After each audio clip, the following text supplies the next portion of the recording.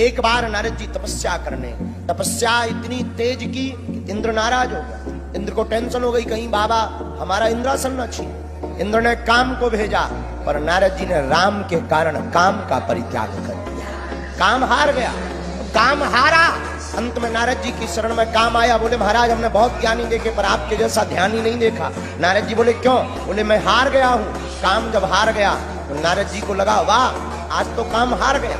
नारद जी भगवान शंकर के पास गए, कहा महादेव आपने काम को तो जीता नहीं, भस्म किया, हमने तो काम को जीत लिया। भगवान शंकर बोले ये बात हमसे बताई सो तो ठीक है, पर विष्णु भगवान से मत बताना। नारद जी बोले क्यों? बोले अच्छा नहीं लगेगा। नारद जी ने मन ही मन में सोचा बाबा जी हमसे जलते हैं, इसीलिए ना बताने की बात कर रहे हैं। नारद जी बहुत दिन बाद विष्णु भगवान के पास गए। जैसे ही गए विष्णु भगवान ने उठ करके प्रणाम किया, गले से लगाया। नारद जी ने भी प्रणाम किया। क्या बात है नारद जी बड़े दिन बाद आए? तो नारद जी को सुनानी थी राम कथा, सुना रहे काम कथा। महाराज क्या बताएं, वो तो हम थोड़ा सा ध्यान में चले गए थे, पर ध्यान में गए काम हमारे नतमस्तक हो गया, माफी मांग रहा था।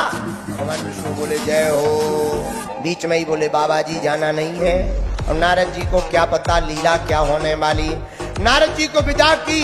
इधर नारद जी बात करते रहे, उधर रास्ते में भगवान ने विष्णु ने एक माया की नगरी बना दी, सुंदर रानियां बना दी, सुंदर नगर बना दिया, एक राजा बना दिया, राजा की सुंदर कन्या को बना दिया। नारद जी रास्ते से गुजरे, ऐसा नगर पहली बार देखा। सोचा राजा से मिल लिया जाए। नारद जी राजा से मिलने आए। राजा ने कहा महाराज आप देव ऋषि हैं, हमारी बेटी का विवाह होना है, जरा हाथ की रेखा देख दो। नारद जी बोले बुलाओ। कन्या आई, बड़ी सुंदर, बड़ी प्यारी आंखें, घुंघराले बाल। नारद जी देखते ही मोहित हो गए। थोड़ी देर पहले काम को जीत के आए थे, अब काम हावी हो गया। राजा बोले महाराज हस्तरेखा देखो। नारद जी ने देखा, आहा हा, इस कन्या के साथ जो भी विवाह करेगा उसे दुनिया में कोई जीत नहीं पाएगा। इस कन्या के साथ जो भी विवाह करेगा उसके नीचे सभी देवता काम करेंगे। इस कन्या के साथ जो भी विवाह करेगा वो अजर रहेगा, अमर रहेगा, कभी मरेगा नहीं। नारद जी के अंदर मन ही मन में शादी करने का भूत सवार हो गया। नारद जी ने सोचा कन्या भी बड़ी सुंदर, गुण भी बड़े प्यारे, और जो विवाह करेगा वो अमर हो जाएगा। नारद जी ने सोचा अपना घर बसा भी नहीं है। कन्या इतनी सुंदर, देखने में बड़ी प्यारी, हस्तरेखा बहुत खतरनाक है।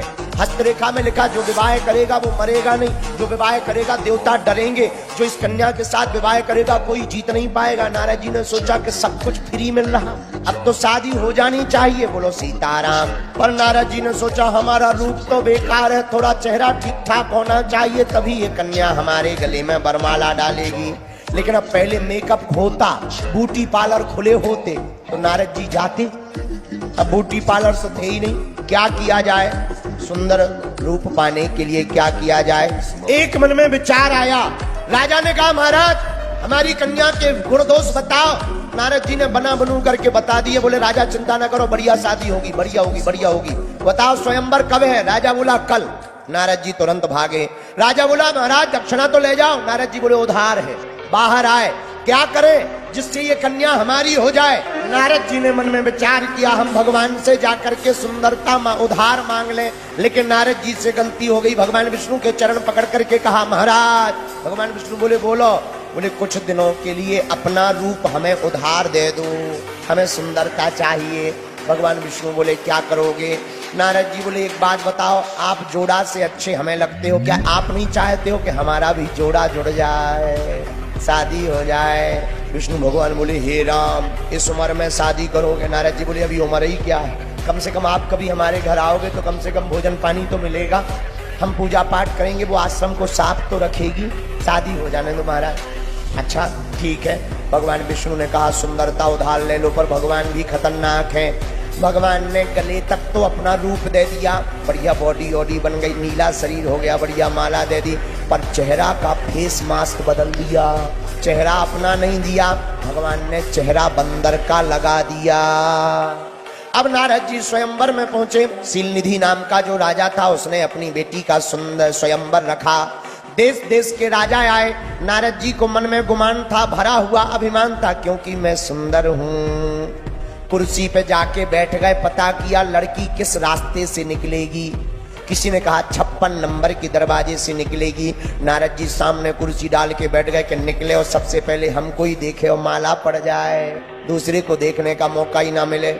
कन्या निकली, पर जैसे ही निकली और नारद जी को बंदर रूप में देखा, मुंह बनाकर दूसरे रास्ते पे चली गई। नारद जी को लगा हमें ठीक से नहीं देखा है, थोड़ा सीना फुला के बैठ गए। कन्या ने देखा ये बंदर फिर आ गया, रास्ता ही बदल दिया, तीसरे रास्ते में चली गई। उस रास्ते में गई, नारद जी को लगा हमको ये देख नहीं रही है, देख लेवे तो काम बन जावे, सोई आगे सीना तान कर मुस्कुराते हुए खड़े हो गए। नारद जी को उस कन्या ने नहीं देखा। अंत में एक सुंदर राजकुमार आया, कन्या ने उसके गले में माला डाल दी, राजकुमार ने उसके गले में माला डाल दी और शादी कन्या की हो गई। वो राजकुमार कोई और नहीं, भगवान ही बनकर आए थे। नारद जी नाराज, बगल में भगवान शंकर जी के गण बैठे थे, हंसने लगे। नारद जी बोले क्यों हंस रहे हो? बोले बाबा मुंह तो देखो। जब मुंह पानी में देखा, आंख बबूला, अरे बंदर हो गए। सुंदर बनने गए थे, बंदर हो गए। नाराज इतने हो गए, तुरंत विष्णु लोक को भगवान को श्राप देने के लिए चल पड़े। इनसे हमारी प्रसन्नता नहीं देखी गई, या तो श्राप देंगे या मर जाएंगे। किसी ने पूछा क्यों? मन में सोचने लगे कि हमारे जगत में हंसी करवा दी, हम सुंदर बनने गए थे, बंदर बना दिया, या तो श्राप देंगे या मर जाएंगे।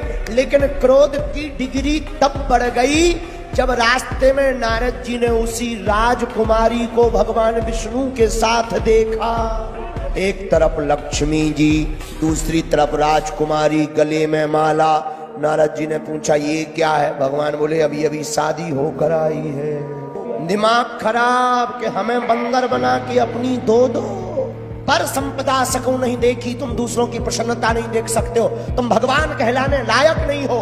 आज तुम्हारा पाला हमसे पड़ गया है, हम देव ऋषि नारद हैं, आपने हमारी हंसी करवाई, जाओ हम भी श्राप देते हैं। जैसे नारी के विरह में हम दुखी हैं, तुम्हें भी मनुष्य बनना पड़ेगा और नारी के विरह में तुमको भी दुखी रहना पड़ेगा।